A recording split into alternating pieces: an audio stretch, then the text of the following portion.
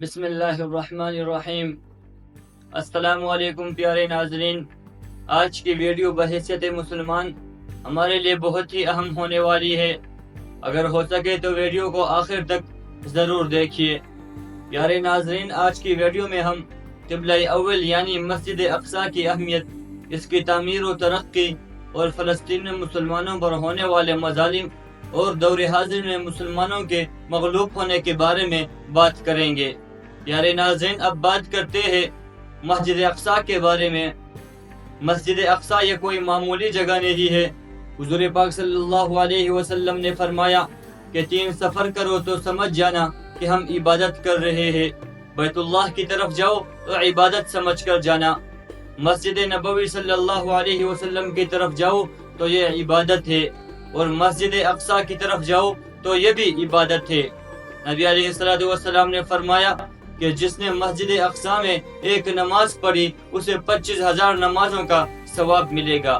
یہ کوئی معمولی جگہ نہیں ہے۔ معراج کا سفر اس مسجد کے ساتھ جڑا ہوا ہے۔ اللہ تبارک و تعالی قرآن مجید میں کہتا ہے کہ سبحان الذی اسری بعبدہ لیلا من المسجد الحرام الی المسجد الاقصی۔ قرآن کہتا ہے کہ تمہاری معراج کی شان اس مسجد کے ساتھ جڑی ہوئی ہے۔ یہ کوئی معمولی جگہ نہیں ہے۔ نبی علیہ السلام اس مسجد میں تمام انبیاء علیہ السلام کی امامتی کرائی ہے، اور نبی علیہ السلام 17 مہینے اس مسجد کی طرف منہ کر کے نمازیں پڑھی ہے۔ مسجد اقصی یہ بیت المقدس کے پرانے شہر کے وسط میں ایک پہاڑی پر واقع ہے، جسے مسلمان الحرم شریف کہتے ہیں۔ یاد رہے کہ مسجد اقصی تینوں مذاہب یعنی اسلام، یہودیت اور مسیحیت کے پیروکاروں کے لیے مقدس ترین مقام ہے، جبکہ مسجد اقصی مکہ کے حرم شریف اور مدینہ کے مسجد نبوی صلی اللہ علیہ وسلم کے بعد اسلام کا تیسرا مقدس ترین مقام ہے۔ مسجد اقصی جس جگہ واقع ہے اسے یہودی اور عیسائی یروشلم کہتے ہیں۔ یہ نام حضرت داؤد علیہ السلام کے زمانے میں رکھا گیا تھا۔ مسجد اقصی کی تعمیر سب سے پہلے حضرت داؤد علیہ السلام نے شروع کی تھی، اور اس کو پائے تکمیل تک حضرت سلیمان علیہ السلام نے پہنچایا۔ مسجد اقصی جس جگہ واقع ہے یہودی اور عیسائی اس جگہ کو یروشلم کہتے ہیں، اور یہ نام حضرت داؤد علیہ السلام کے زمانے میں رکھا گیا تھا، جسے یہودی ڈیوڈ کنگ کہتے ہیں۔ اور جس جگہ مسجد اقصی واقع ہے مسلمان اس جگہ کو بیت المقدس یا بیت المقدس کہتے ہیں، اور عربی میں اس جگہ کا نام القدس ہے۔ انگریزی میں اس جگہ کا نام گولڈن سٹی ہے، یعنی سنہری شہر۔ گولڈن سٹی اسی وجہ سے کہا جاتا ہے کہ جب صبح سورج کی کرن سنہری پتھروں سے بنی ہوئی مکانات پر پڑتی ہے تو سنہری پتھروں سے بنی ہوئی مکانات جگمگا اٹھتے ہیں، اسی وجہ سے اس کو گولڈن سٹی کہا جاتا ہے۔ پیارے ناظرین، اب بات کرتے ہیں فلسطین میں رہنے والے مسلمانوں پر ہونے والے مظالم کے بارے میں۔ فلسطین میں رہنے والے ہمارے مسلمان بھائیوں، بہنوں، بچوں اور ماؤں پر ظلم کی انتہا ہو رہی ہے۔ اسرائیل فلسطین پر بمباری کرتے ہیں، میزائل گرا رہے ہیں، کئی بچوں کو یتیم کر دیا، کئی ماؤں کو بے اولاد کر دیا، اور کئی ہنستے کھلتے گھروں کو برباد کر دیا۔ لیکن ہمارے مسلم ممالک کے حکمران ابھی تک خاموش بیٹھے ہوئے ہیں۔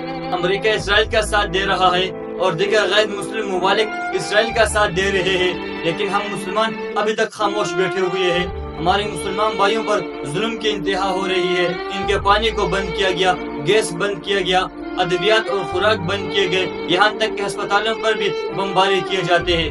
لیکن ہمارے مسلم ممالک میں کوئی بھی ایسا لیڈر نہیں ہے جو ان اسرائیلیوں کے خلاف آواز اٹھائے۔ نبی علیہ السلام کا ارشاد ہے کہ مسلمان جو ہے یہ ایک جسم کے مانند ہوتے ہیں۔ اگر سر میں درد ہو جائے تو پورے جسم میں درد ہوتا ہے، اگر آنکھ میں درد ہو جائے تو پورے جسم درد کرتا ہے۔ نبی علیہ السلام کے اس فرمان کو دیکھیے اور خود کو دیکھیے کہ ہمارے کتنے مسلمان بھائیوں پر ظلم و ستم ہو رہا ہے، کتنے بچوں کو یتیم کیا جاتا ہے، کتنے ماؤں کو بے اولاد کیا جاتا ہے، کتنے نوجوانوں کو معذور کیا جاتا ہے، لیکن ہمیں کوئی فکر اور احساس ہی نہیں ہوتا ہے۔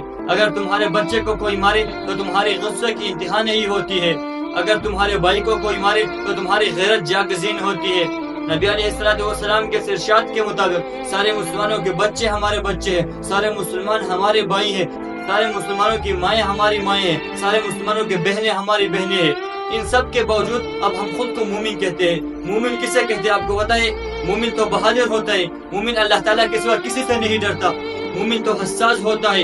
مومن دنیا کے کسی بھی گوشے میں ہونے والے ظلم پر تڑپ اٹھتا ہے. اس کے لیے نیند کرنا حرام ہو جاتی ہے, اس کے لیے آرام کرنا مشکل ہو جاتا ہے, اسے کھانا پینا زہر محسوس ہوتا ہے.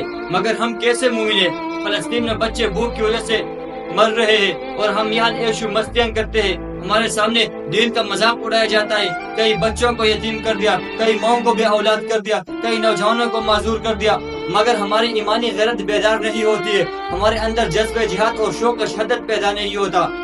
یاد رکھے, کامل مومن بننے کے لیے جذبہ جہاد اور شوق و شہادت اتنا ہی ضروری ہے جتنا جانداروں کے لیے پانی کی ضرورت ہوتی ہے, جتنا ایک جسم کے لیے روح کی ضرورت ہوتی ہے, جتنا چاند کے لیے چمک کی ضرورت ہوتی ہے.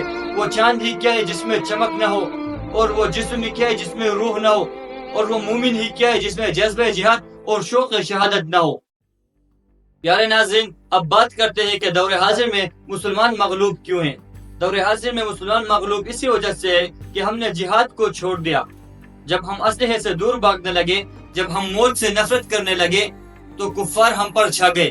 آج وہ غالب ہے, ہم مغلوب ہے. وہ حاکم ہے, ہم محکوم ہے. وہ فاتح ہے, ہم مفتوح ہے. وہ مؤثر ہے, ہم متاثر ہے. ان کی گندی تہذیب ہمارے اوپر غالب آ چکی ہے. اس کی بنیادی وجہ یہ ہے کہ ہم نے جہاد کو ترک کر دیا, ترک جہاد اختیار کر دیا. ہم نے جہاد سے دوری اختیار کر لی.